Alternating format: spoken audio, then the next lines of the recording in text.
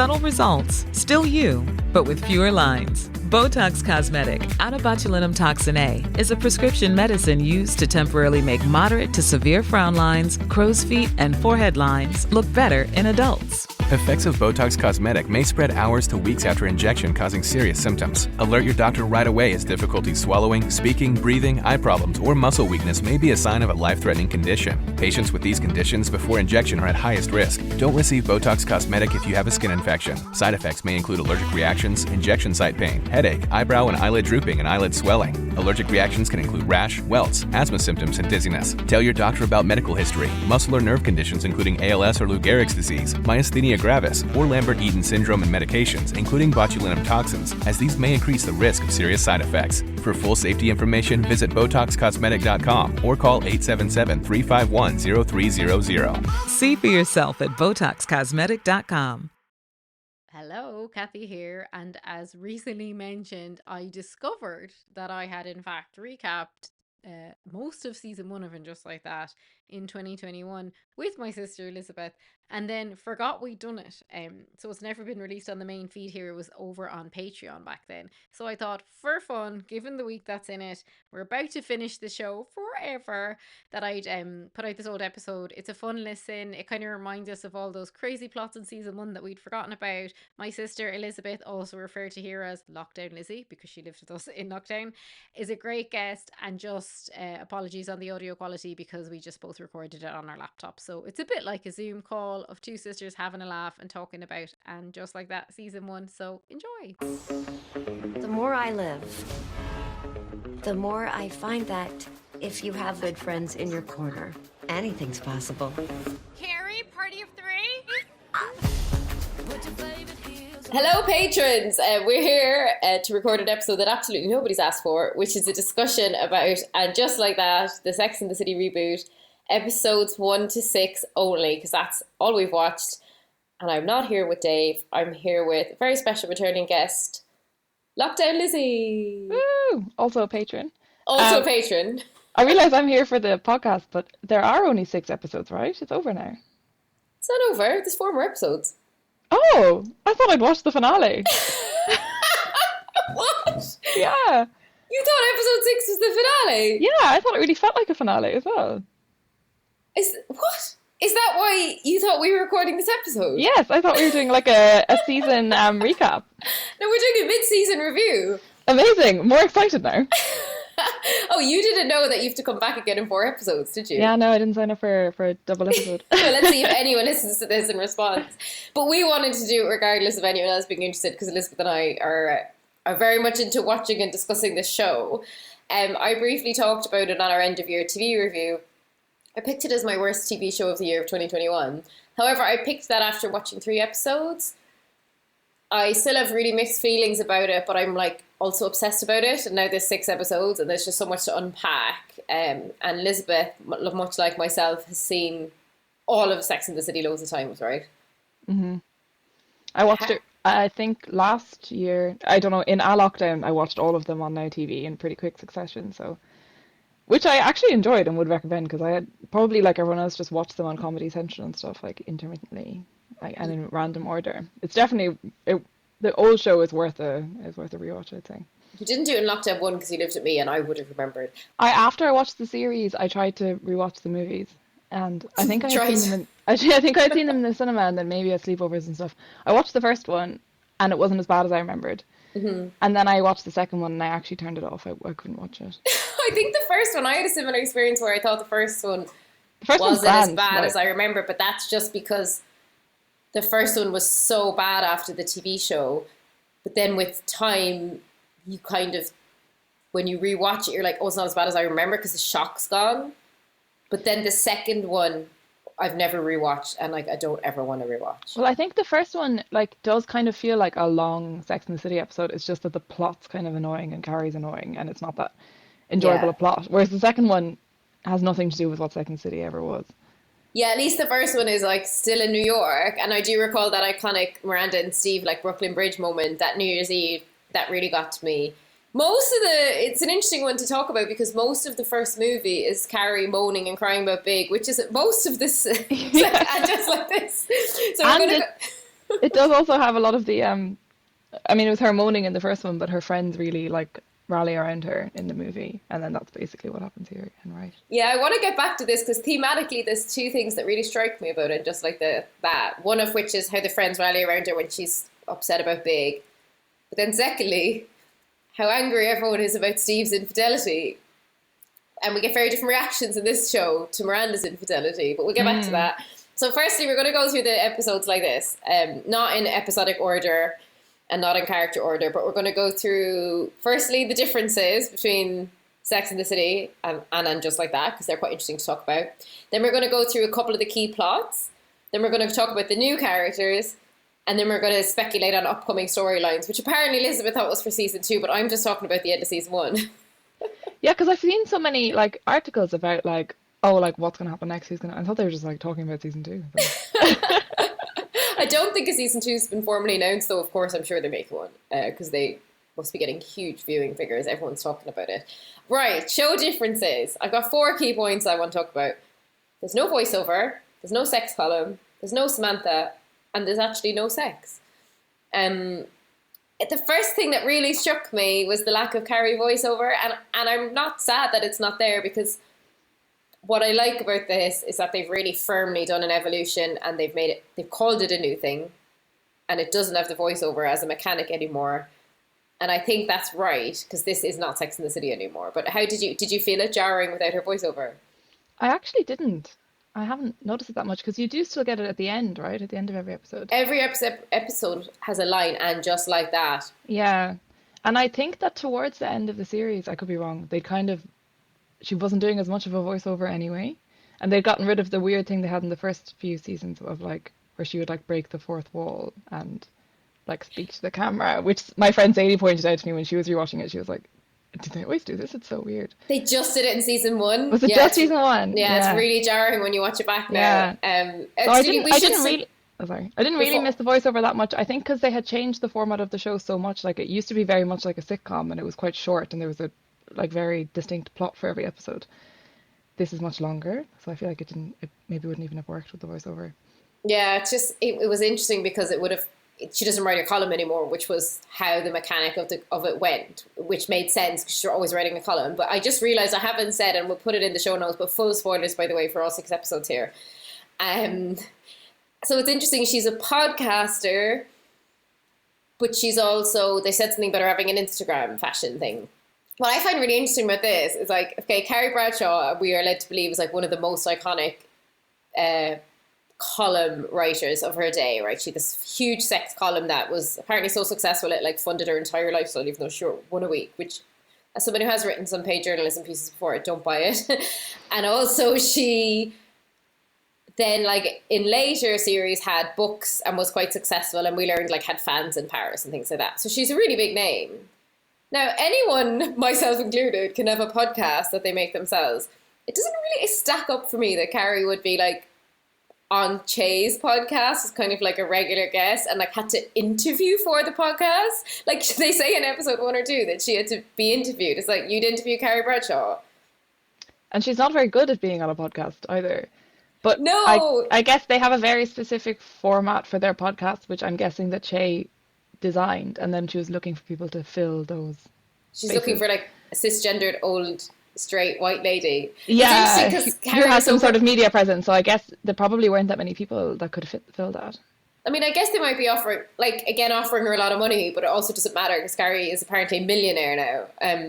But yeah, it's interesting how Carrie has to navigate like writing about sex in a very thoughtful way versus having to like freestyle against 2 comics on a podcast, and she kind of gets chastised because she can't really do it. It's very much more difficult to speak about something than to write about it. Like, it's so much harder, and especially if you're riffing off people like that who are so quick and funny, like one of whom has got like a Netflix comedy special. It's interesting because I found, as a podcaster and a wannabe writer, I find that really interesting. Kind of wish they'd explored that a bit more, and it's in line with the rest of the show about like how their lives have progressed so much and like how they are no longer like with it. And I found that podcasting stuff interesting. I've enjoyed that element of it. I don't really like the podcast recordings. I find them quite dull. Like, it's not a podcast I'd probably listen to, actually. No, I don't think so either. I particularly dislike the male comic. I don't find him funny. You barely So, ever see him anyway. Like he's yeah, he must be a real not really a comic. character. Possibly. So we've talked about there's no voiceover, there's no column, no Samantha. Now, do you want to hear the actual conversation exchange that was there to tell us why Samantha left? It was I have it dreadful. here.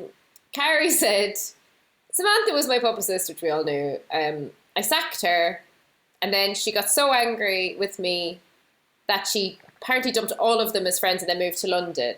And then in this awful scene between Carrie and Miranda says,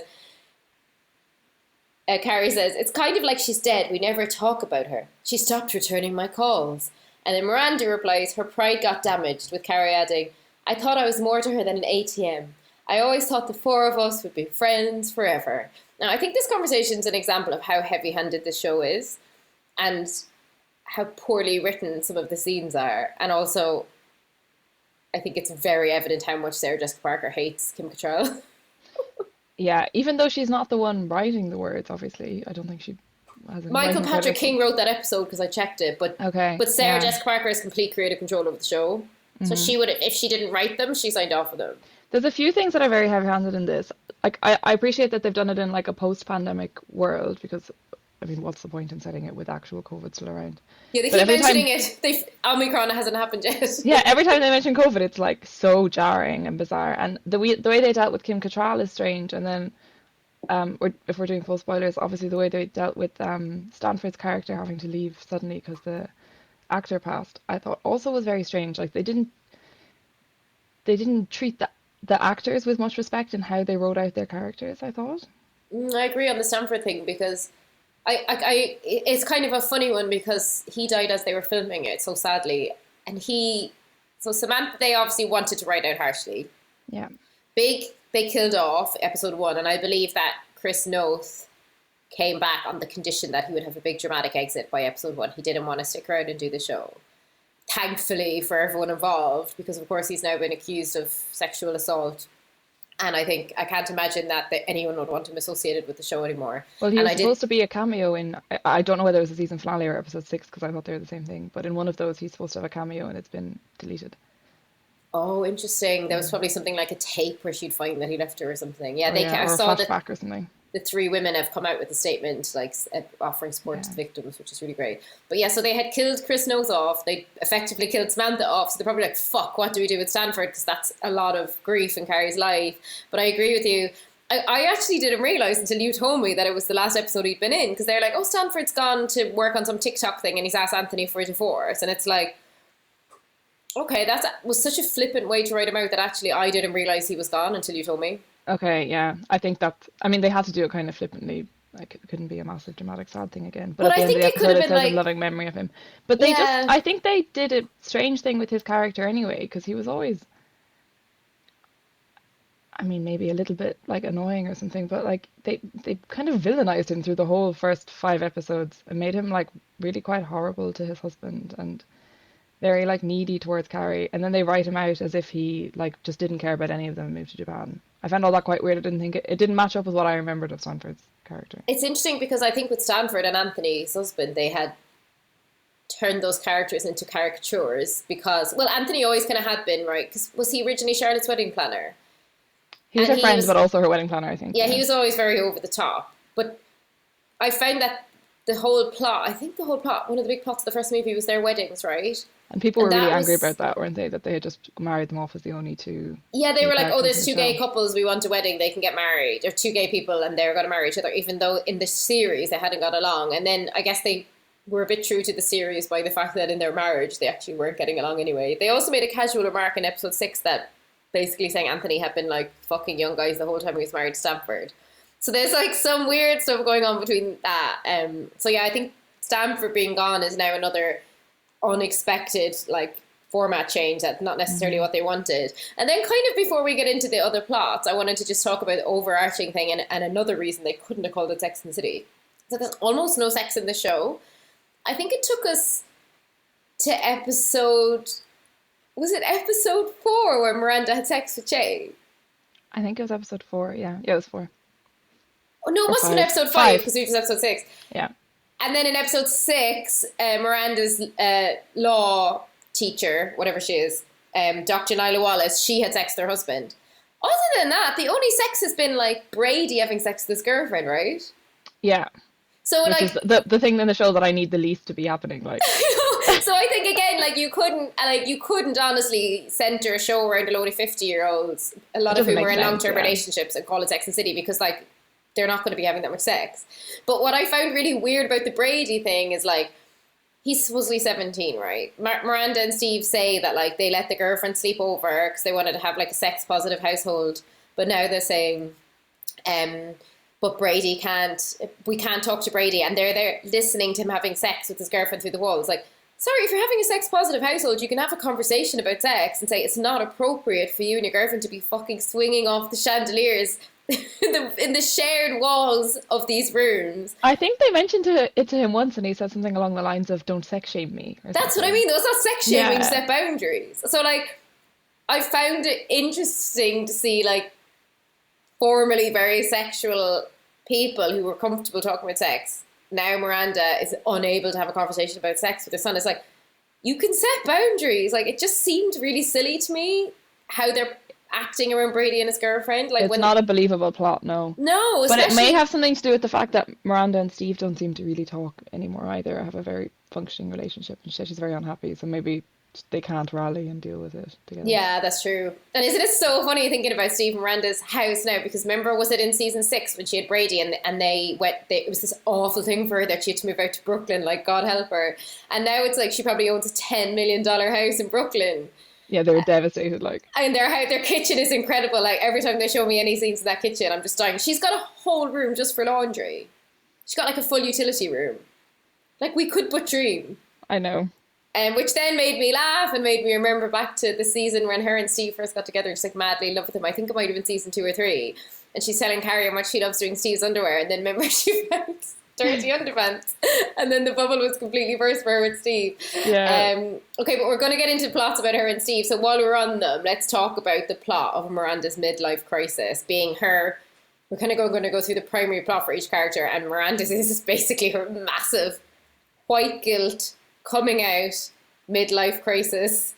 There's a couple of things to talk about. So her crazy verbal diarrhea of the first episode, where she obviously has been fully influenced by like the Black Lives Matter movement and COVID and the Trump presidency, and her guilt as a white privileged woman.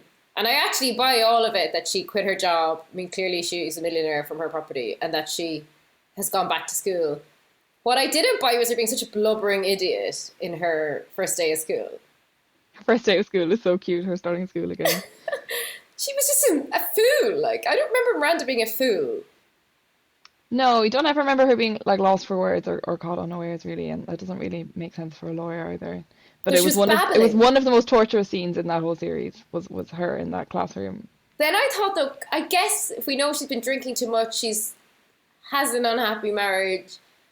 She had actually had a drink before that class as well. That's true, maybe Yeah. she'd a couple, and the trauma of lockdown, etc. It could untether a character. I just felt like All of us forgot how to talk to people, like. Exactly. That's what's so Yeah. interesting about this show, is like stuff that was such a mess in the first episode. Now in like episode 6, I'm like, it kind of makes sense as a character journey. It was just the first few episodes were just such a shock to watch them overly course correct all their problems of the past, where they were always so ableist and classist and racist, like subconsciously, and now they're trying to rectify that, and it was really heavy-handed. But that stuff of her going back to school is interesting. And it did also very heavy-handed in the first few episodes, but now you're right, it does kind of start to make sense. Like when in the first episode or two, it was like, why have they made this show? Why are they trying to put so many themes into one episode? This is depressing. After I watched the first 2 episodes, I went back and watched some of season 2 because I was like, this can't ruin all of the memories of Sex and the City for me. But I think needed a palate cleanser. I did need a palate cleanser, but it has dealt with a lot of current issues, I think, quite well. But it did take a few episodes, and I think like they wanted to just. There's been so much historic criticism of the show for so many reasons, and I actually really admire the fact that they're trying to address them all at once. But it doesn't make for good storytelling to in one episode you're talking about you talk about every single issue that you never addressed in your show before a lot. And then kind of the big thing that, like, what was weird in the first episode as well, I mentioned ableism a minute ago, the kind of joke being that Steve couldn't hear. But basically Steve's not been in the series other than brief glances.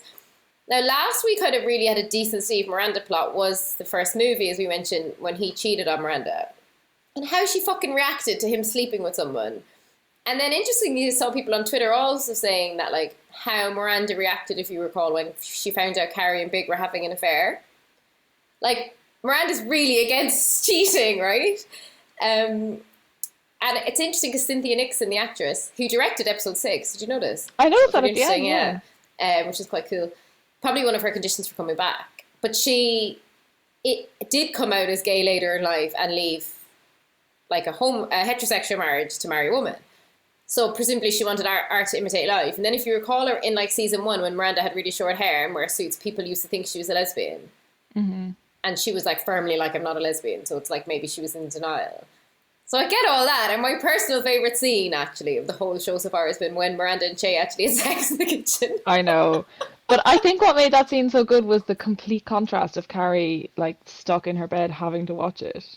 It was so It was funny. I was excellent. properly, because I was like saying to Dave, I can't watch the show anymore, it's terrible. And then I was sitting on the sofa watching that scene and I was like pissing myself because it was like so funny.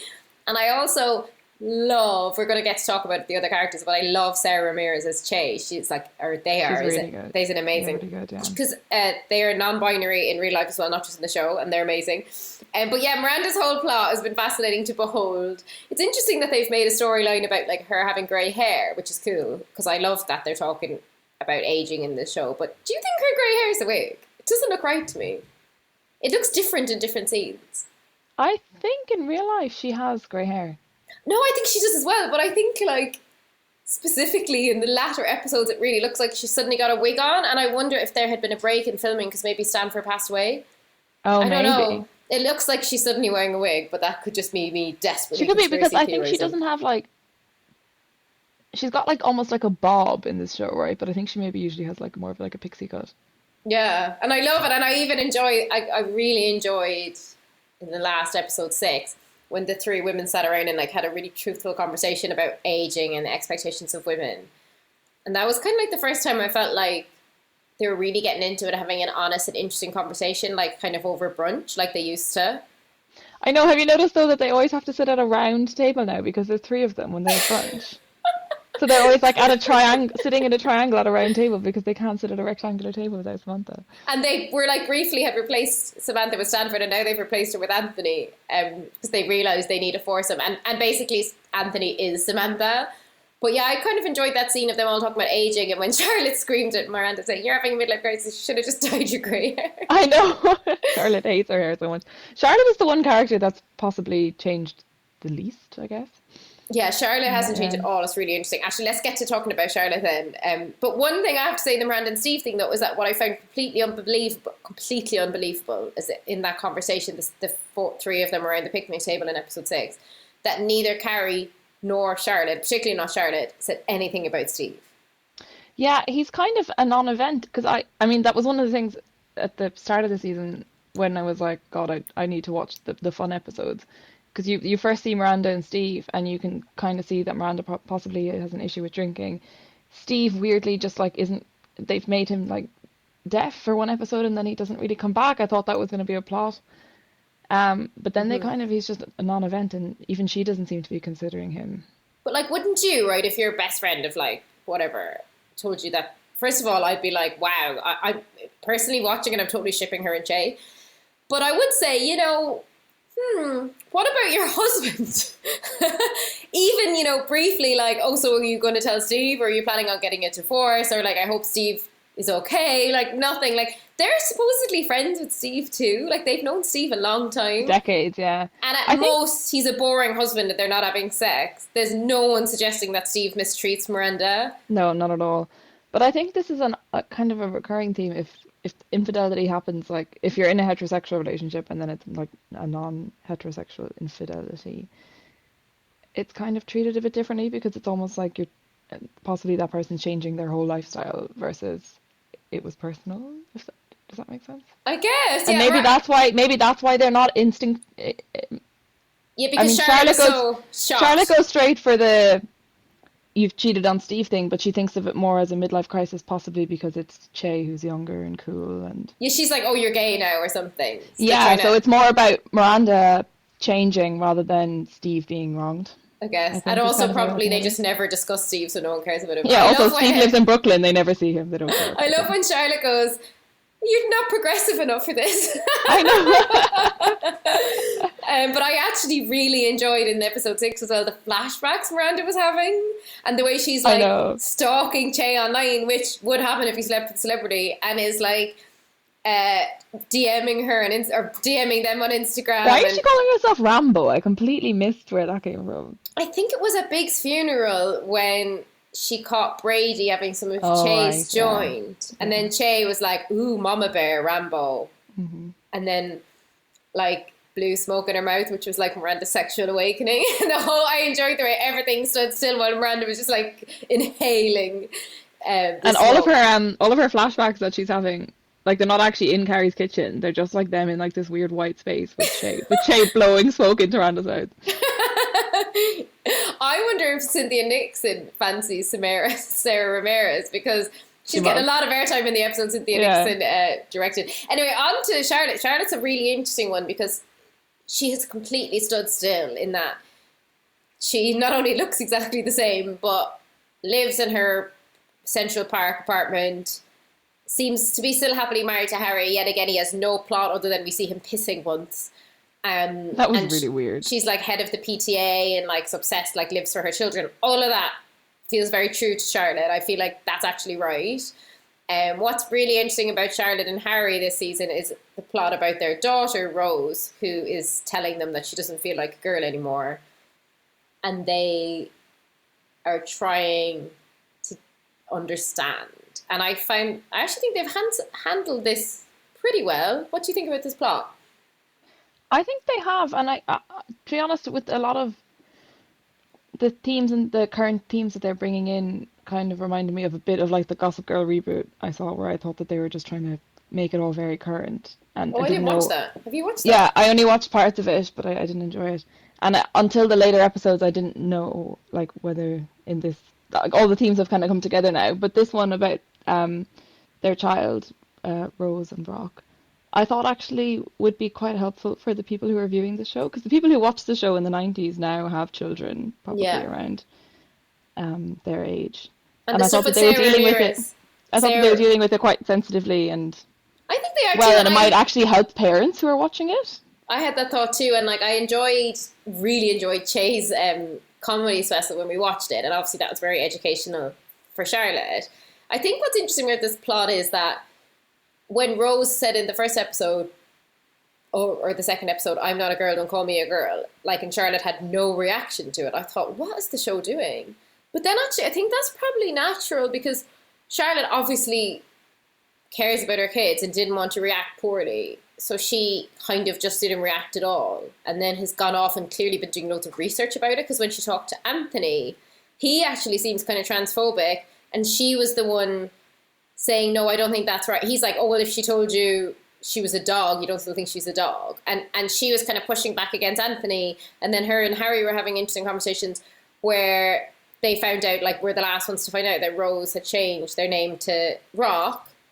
But then I found the conversation with the school kind of interesting, because the school had already embraced the name Rock, but not discussed it with the parents, which I agreed with Harry, actually, that the school should have spoken to the parents. I think the school are right to embrace the new name choice and the new gender choice, but I just don't believe that in what's presumably an extremely expensive private school, they would not have contacted the parents. Yeah, you think everything would be run past the parents. Yeah, just to discuss how the best way to treat the situation is. But I could see why then the teacher thought the parents might be transphobic, but the parents are actually just saying, we're just trying to get our head around this, and we can't figure out, which probably happens to a lot of parents of young people, because it doesn't seem like Rock has expressed this before to them. So I know a lot of parents say, like, their kid from like the age of 4 will be telling them that they're the wrong gender, whereas it seems like they've never heard it from Rock before. So they're trying to figure out if it's a phase or if it's real, and like they're not actually being judgmental, they're just like, we don't know what it is. And I felt like the teachers were being a bit snippy at them. Yeah, and maybe it's something that the teachers, maybe it's just something that the teachers have come across before. Maybe students in their school have changed gender before, and maybe it's not that much of a new event for them. But I think what you see with Charlotte and Harry is like a very natural response. And as you Yeah. say, like, yeah, they can't get their head around it straight away, but they are open and supportive. Yeah, I And think like Charlotte's like number one character reference would be that she is a very good mom. And yeah, like the fact that like I really liked the plot in the last episode where Rock was like, I don't want this rose on my wall anymore, and like changed the artwork, and Charlotte got rid of the dolls, and her other kid then, the adopted kid Lily, was like, I don't want culturally appropriated goods in my room. And Charlotte's like, what? Like she's doing everything wrong. And Charlotte just wants to live in the 90s in her Park Avenue apartment. exactly. So, and I like that Charlotte's like, okay, and she takes on board everything her kids say and like tries to make better. Charlotte's fashion is ridiculous though. Like all she's wearing now is like 1950s nipped in waist, like flared skirts. It's like, Charlotte, calm down. Like you're a woman in your 50s. You're going around wearing 8-inch stilettos and fully belted dresses at all time. I also was cringing at the plot of Charlotte and her black friend, and how she was trying to solicit black people to come to dinner at her party. But then I it actually know. felt very true to Charlotte that like she's always trying to make dinner parties perfect. So that was just an example of her being outrageous about a dinner party. So I think Yeah, it if feels she true to had, her. no matter who she would have come into a dinner party, she'd want to make sure that there was Yeah. like proper levels of conversation about whatever the topics were. So it did, and that was kind of almost more like an old Sex and the City plot. It Of like, was. there's an event happening and there's like commotion about it and trying to organize stuff. And then I remember like, and then Harry said, oh, did anyone read the new Sadie Sid myth? I was like, oh, cringe. Like I felt like that was a bit over the top, but then I thought, Yeah, I don't know. Harry is cringe. We don't know. Yeah, I don't really know Harry, so I couldn't remember what he used to be like. And then the other plots I wanted to talk about were like, really two for Carrie, which is how the bereavement's going for her, and then how the flat hunting is going for her. Because the flat hunting, can we talk about flat hunting first? It's absolutely incensing me that I like hate it. in John's will, aka Mr. Biggs, it's like casually like, oh, he left $1 million to his ex-girlfriend, which I loved that episode, by the way. That felt like a proper Sex and the City episode of Carrie being really neurotic about Mr. Big and like chasing Natasha all over town. Like I loved all that. But it just made me think, how rich are they that until they said the word Natasha, when Carrie thought that there was just $1 million going to a charity, she didn't even bat an eyelid. Yeah. And then I remembered he used to own like a vineyard in Napa, didn't he? Oh, he's always, I actually don't, did we ever know what he did? Is he just a businessman? Like a finance guy. But Yeah. I'm like, oh, Carrie's He's a always- multi-millionaire. And I think that's what's quite different between this and the original series is, like, Charlotte was always wealthy. She always had wealthy husbands. Miranda was always a very successful career woman. Big was always obscenely wealthy, doing whatever he was. But Carrie wasn't. And now she's become obscenely wealthy. Yeah. It kind of, I mean, she was obviously always had enough money, and she'd be like, oh no, I just spent $400 on another pair of shoes that I didn't need. But there was na- a sense of like, There's a sense of like she maybe would run out of money and her friends would have to bail her out and all of that kind of stuff. and But like now she used to she's shop just in thrift stores. and yeah, stuff. and now she's just inherited his money, and she kind of isn't very tasteful with it. I don't know, compared to, you never really realized the other girls were really rich, even though they were whatever buying huge houses in Brooklyn and stuff. But she's just like looking at these giant apartments that she doesn't really like. She buys one and then she's just going to sell it on. Obviously, will lose lots of money doing that. Well, I guess And she maybe just not in doesn't New care. York. I just find it like, was interesting actually though with Miranda, the reason she did move to Brooklyn was she had a good salary, but she couldn't afford a big home in Manhattan. So there was some sense of like reality Yeah. about the finances. But like, yeah, with Carrie, it's like, it's so distasteful. You're right. Like I loved the way, I think it was at the end of episode 2, the last line was, and just like that, I came home, and she moved back to her old apartment. And I was like, yes, we're back to Sex and the City. But what I find really distasteful now is the implication that Carrie has inherited millions of dollars and is just like the first thing I would do is be like, okay, what charities am I donating most of this money to? Like, what the fuck is going on? And then like that, like you said, she just bought an apartment because her friend showed it to her and she thought that she should buy it. And then everyone online was slagging how it was completely green screened, which I'm embarrassed to say I totally didn't notice. I didn't notice. You sent me pictures, and in the pictures it was much more obvious. When I was watching it, I mean, it was a horrible apartment with so much glass. Is horrible, yeah. Yeah, Dave is the one who said it to me as well, because I was like saying to Dave, he's like, that's totally green screened. And I was like, no, because Sex and City's whole thing is that they always film on location in New York. They don't use sets, they don't use green screen.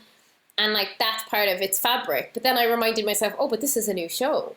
Yeah. It's not part of this show's fabric. And all the accounts online are about how, like Dave said, even the lighting was wrong. Like, I just wasn't looking at it that way, but now I will. If she's still in, did she sell it at the end of episode 6? No, so she basically rang back her like new estate agent friend and was like, oh, I really don't like this apartment. And she was like, don't worry about it, I'll just sell it on. And Carrie's like, cool, I'll go back to my old apartment. It's sickening. Like, it's It's absolutely sickening sickening. because you pay like whatever, like stamp duty and taxes and stuff when you buy and sell things, and things don't go up in a week in price, and she just doesn't care. I guess like a Manhattan apartment like that, like you probably wouldn't gain or lose. You'd probably Yeah, just like and sell it. obviously she's got money to burn. I mean, clearly- She's got her million from Natasha that Natasha didn't take.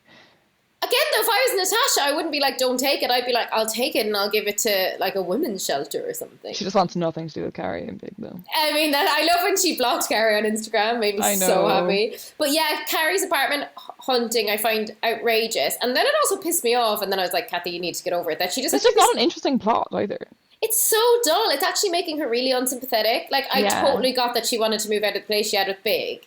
Yeah. And move back into her old place. And now I appreciate that her old place is probably like a little bit Tiny. small. Yeah.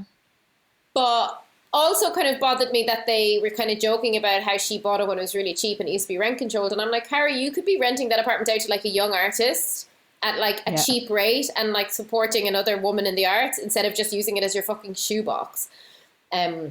But yeah, anyway, that really bothers me about Carrie. And But then, at least it holds. I mean, Carrie was always the worst character in Sex and the City. Exactly. This She is hasn't what gotten any better. it's actually really true to Carrie, and that's what I'm finding fascinating the more I watch the show. I think it's true to Carrie, it's true to Charlotte, and I actually do think, aside from the babblingness of episode 1, it's true to a Does it changed Miranda. Yeah. What it's not true to is Samantha, because I fully believe that Samantha would have. I'm sorry, no, but like this just shows the ego of Carrie / Sarah Jessica Parker. To say that because Carrie sacked Samantha as her publicist, which was like one of Samantha's probably barely gigs that she probably charged very little money for. She probably was doing it as a favor. Yeah, the fact that as if that would happen and Samantha gives up her entire life and her best friendships and moves to London to spite Carrie is so outrageously egotistical of Carrie. Yeah, Like, either they've that wouldn't completely happen. changed like Samantha's character, which is untrue, or they've changed Carrie to the point where she would. She's a narcissist. She Yeah, was maybe always she- a narcissist, though. She was always a narcissist, and like maybe something else happened that we actually just don't know about. And that she's actually also led like, to I was an anything. ATM to her. It's like, how? You've got like 3 book deals in your own column. Also, Samantha didn't like living in LA. I don't think she's gonna like London. Yeah, no, interestingly, I think Kim Cattrall might live in London, so it might have been a reference to that. Maybe. And yeah, just how I think they're handling the grief really well, actually, because I like how they're speeding along time, because I think to dwell in the grief, early stages of grief, would have not actually made it interesting on some level, but not made an interesting Sex and the City show. Yeah, and it wouldn't have allowed for the development of all the other characters. Yeah, so I like how they're skipping time, like even that plot where like, it's kind of funny where she had to get hip surgery, but then it's like, and 3 months later I could walk on my heels again. It's like, fine. Yeah. But again, it shows how shallow Carrie is. Like, do you know what really, their fashion, I like that she still wears the same kind of fashion, but it's so aged now. Like, to see someone in full 6-inch stilettos walking around post-pandemic, it's like, are you kidding me? I can barely get dressed these days. It has aged, but like when I look at when you look at 18-year-olds, when I look at 18-year-olds or whoever is like slightly younger than you now, you realize that you still wear the clothes that you wore when you were kind of like 18, and they wear new clothes. Like you do, as much as fashions change and you can't buy exactly the same clothes you used to buy, you do tend to stay true to your style and your fashion, I think. So Yeah, I yes, like they're that. they are kind of a relic of a time gone by, but it wouldn't make sense for them now to be all wearing like flats and Doc Martens and Birkenstocks and stuff. Like, Yes, and actually Miranda is doing it. But I like that Carrie's still wearing those outrageous clothes, and I love the end of the last episode 6 when she put Big's blazer on and walked out. I thought that was like over really one of her cool. old flouncy skirts. Yeah, I love that. Like, I love the callbacks to her fashion. No, it's just the stiletto thing that annoys me. Yeah, because, and they reference it a few times that it's like, like she's got a ridiculous. bad, like, I have a bad back, right? So I'm just watching going, I do not believe that a 55-year-old woman with bad hips and bad back is walking around in, like, in the episode where she said she walked like 5-10 miles in New York in a pair of stilettos. Like, it's not possible. It's just impossible. Yeah, I mean, a lot of the show is unrealistic, but that is probably the most unrealistic. Oh my The only God, person who doesn't wear them is Miranda when she goes on the subway.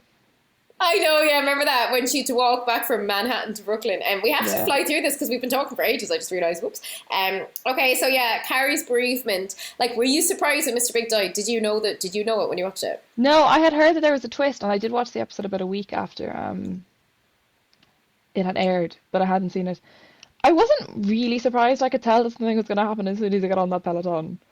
Oh my And God, the Peloton stuff is so fucking yeah, funny. and also he was just, I feel like he's always been so unpopular. It wouldn't really have made sense to have him in the whole series. Well, yeah, because if you think about, like, obviously the first movie, he was barely in it because he had a 2-second concern about getting married to Carrie, and she ran off to Mexico and had a hissy fit for the entire movie. Yeah. And then in the second one, of course, she's in Abu Dhabi, so he's not in it. So the absence of Big while they've been together has been a staple for us. And to He's actually... never really been in it. Yeah, Yeah. it's always just conflict about him, and they're getting back together, or they're breaking up, or they're not Exactly. talking. Like, it wouldn't have been...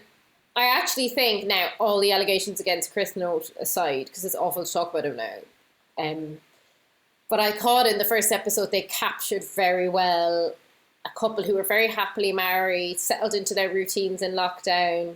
It was nice to see Carrie and Big, and I feel like obviously those actors have very long-standing chemistry together and felt like an old couple.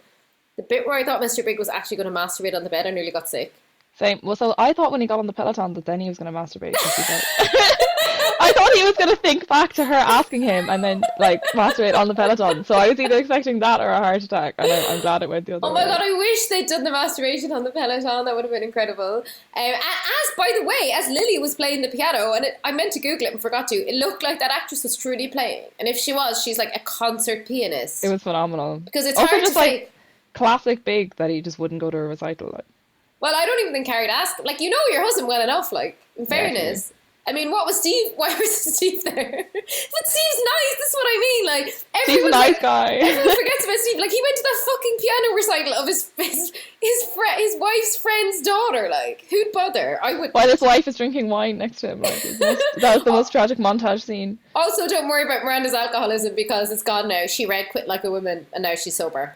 I thought that was a really good twist that she had ordered that book for herself. I didn't see that coming. Same, actually. Yeah. And I'm sure the author of the book's really delighted. Okay, really quickly, we want to talk about the new characters. So Che, we've discussed already, played by Sarah Ramirez, is love Che. Dr. Nyla Wallace, I feel like it's way too cool to be friends with Miranda. I know. She's kind of taking her on as like a pet, I think. Yeah, and I actually find, like, I think her plot about infertility and trying to conceive and whether or not she actually wants to go through with IVF is like a proper good Sex in the City plot. Yeah. Like, I believe that, I buy that, I like her and her husband. And I loved that scene when they were out for dinner with her friend Fertile Myrtle. And they're like, you know when somebody just keeps on trying to talk about a topic and you'll do anything but ask them not to talk about it. And she just keeps talking about the fact that it was a shoe factory in the 20th century and everybody's like, what's happening here?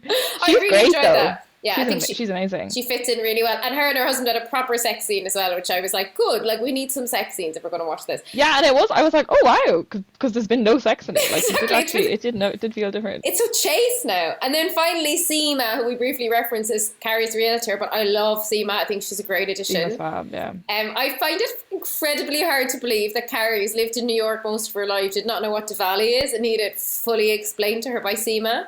Yeah, I think that was for the audience's benefit, but again, it was weird. Like, my 1-year-old Elliot knows what Diwali is. He celebrated it at his childminders this year. Oh, do you know what I mean? Did they do lights and stuff? They did like a whole festival of lights. That's so sweet. And yeah, but I really enjoyed it. And again, like with all of these guest characters, or they're series regulars. So Che is non-binary, Latina. Dr. Nyla Wallace is black, and Seema is Indian. They are like, do you know what? They're putting the money where their mouth is, and they're properly diversifying in terms of getting away from like the heteronormative and white. So fair play to them for doing that and doing like 3 amazing actors. Seema, I really enjoy her and Carrie's friendship now. Che, I find fascinating because they're Carrie's boss, but also had that one-time thing with Miranda, but like, I'm sorry, but I doubt Che sitting around thinking about Miranda, do you know what I mean? I don't think so. Street. No, I think it was probably more of a run-of-the-mill event for Che, or it's shattering for Miranda. I'm really hoping though, because like, obviously there'll be a season 2, because what I want is like the sexual escapades of Sex and the City, so at least I feel like we'll have Miranda going around town just like hooking up with loads of different women. But that was mostly Samantha, and then sometimes Charlotte and Miranda. Yeah, but So always someone would have someone new on the always go, though. somebody would, yeah. There'd Never always be Carrie like, though. So so I I'm do really, wonder whether will they go. Maybe if they do more fast forwarding in this season or maybe next season, will they have plots of Carrie dating? I don't know. well, let's go to the last part of this episode, upcoming storylines. 100%. I think that You think they will? they're getting Carrie ready to date again. Like the fact that I felt like the last episode was a really nice kind of end. I mean, not that grief ever ends, but from like a plot perspective, that she took some of Big's clothes and brought them into her apartment. She wore his coat, and then she had that lovely line when she said, "And just like that, I decided not to erase the last 15 years." Yeah. And I found that the facelift scene really horrifying as an aside, because it was a fucked up scene, but like Jonathan Groff, who I love, was the plastic surgeon.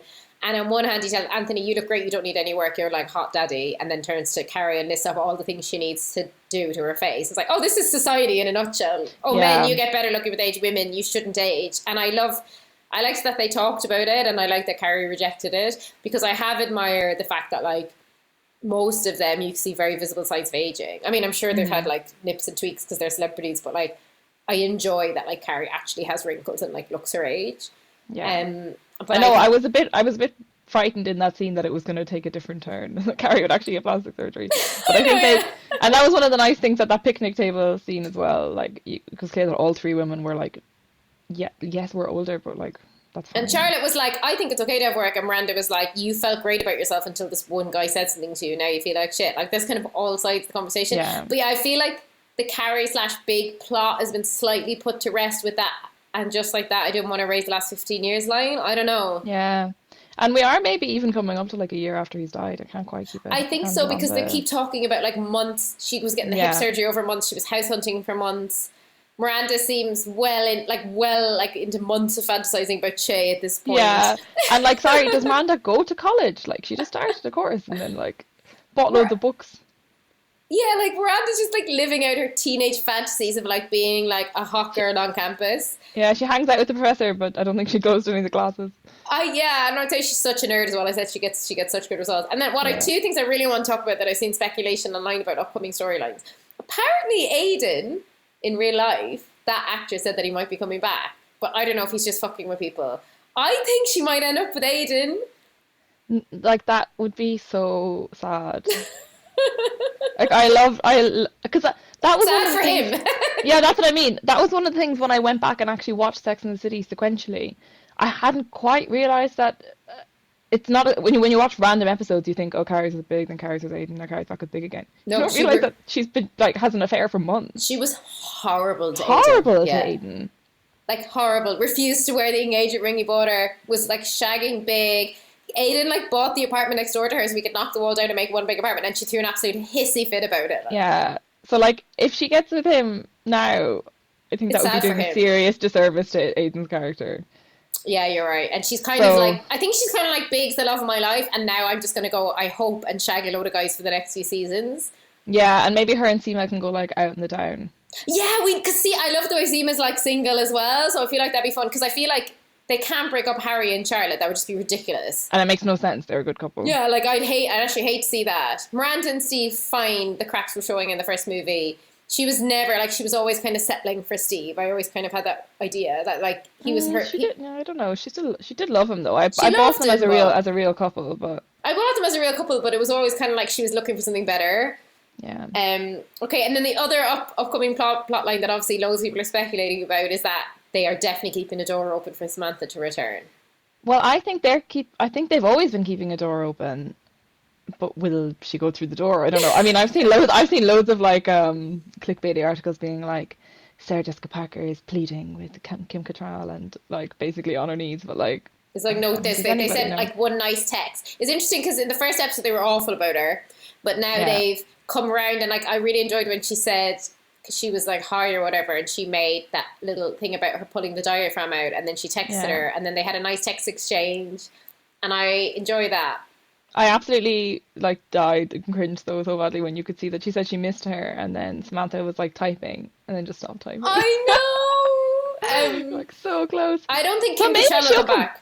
Maybe she would, but I don't. I think it would depend really whether Kim Cattrall really needs lots of money or not. I don't don't think think that she so. would want to come back for the love of the show or the fans, and they seem to have a very public like feud or falling out.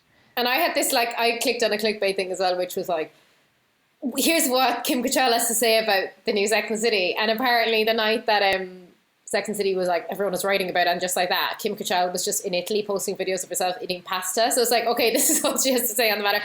Like, she's obviously a millionaire. Like, they'd all be millionaires from it. And Yeah. she has said that, like, Sarah Jessica Parker wasn't very nice to her and kind of implied that they were really cliquey. And then, like, why would she want to go back? Do you know what I mean? Yeah, I can't see any scenario where she would Yeah, want to come back. I can't see it either. Aiden, I can see maybe would want to come back because, I mean, maybe he got on well with the cast and stuff, but I don't know what they could do with his character that would be interesting or realistic. They actually should never, and they only did it for the trailer, they should never have brought him back for the second movie. Yeah. Because I think in doing that, they kind of cheapened, like they kind of made her really realise that she loves Big and not Aiden. But she also nearly cheated on Big with Aiden in that movie, right? I was like, why was Aiden in Abu Dhabi in the same fucking hotel as Carrie? Like, Yeah. so stupid. But yeah, I'd love to see Aiden come back. Personally, I can't help myself. I'd love Even to if see he him just come came back for an episode. with maybe they his could have a fling. grown-up adult son, because he had a baby. Remember last time we saw him in season 6 Yeah. on the Baby Bjorn. Yeah, I'd love to see Aiden come back. I'd hate to see Samantha come back. Elizabeth, I said we do a quick Maybe, chat on this. maybe Aiden can come back and like get with a character that we actually like. Maybe Aiden could get with Che. With Seema or Che. Oh my god, if Aiden and Seema got together, that'd be like the ultimate betrayal on Gary. I I'd know. live for And it. I would be so there for it. Carrie deserves nothing less than that. I would love that. But I'm sorry, I said we do a quick chat on this. We've actually been chatting for 50 minutes. I hope you're happy that there's more episodes. There's either 3 or 4 more episodes. I am happy. I actually have been enjoying it. I found the first 2 episodes a bit of a shock, and I was like, I don't Same. understand why they've made this. And now it is a bit fun again. It is nice to see the characters. Would I have stuck with it if I had never seen Sex and the City before? I don't think so. I think Oh, God, no. it really needs the loyalty and stuff. Yeah, no one would have. Whereas now I'm like, I appreciate trying to relook at these women. Like, there's very few shows about women in their 50s. Yeah. So I appreciate that, and I appreciate the stuff they're trying to explore. I appreciate them resetting the wrongs of the past in terms of casting. It just fascinates me, which is why I want to talk about. It's like some of it's so bad. Like, I really had said it was my worst TV show of last year, and I really meant it. But I was 3 episodes in, 6 episodes in now. It's getting better. It's warmed up. I don't think I'd have quite called it my worst TV show of the year. I probably would have just called it like my biggest disappointment. Like, would you call it a guilty pleasure, or? I don't know if it's a guilty pleasure. I mean, I'm certainly like the second it airs, I'm putting it on now, and like, Yeah. I'm It's dying very to see it. watchable. And I'm texting you as I wanted us to watch it together over Christmas, but we never got to. I know. Maybe the last episode. Oh yeah, and I'm enjoying the cultural conversation. Like, I'm really enjoying going on Twitter and like reading the articles after. So yeah, it's just a full-on guilty pleasure now. You're right. And I do think it is and it is really.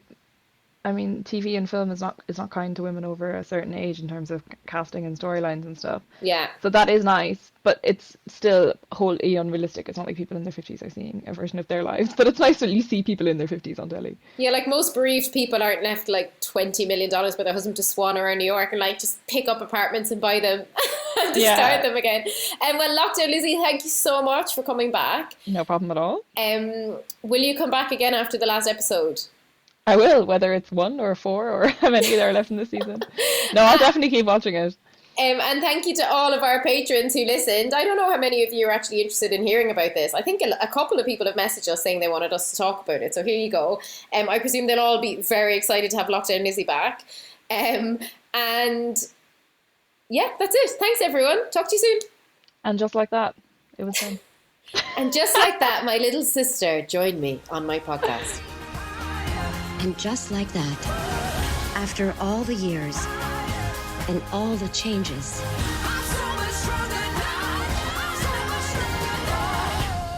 you're still you. Hello, lovers. Higher, your love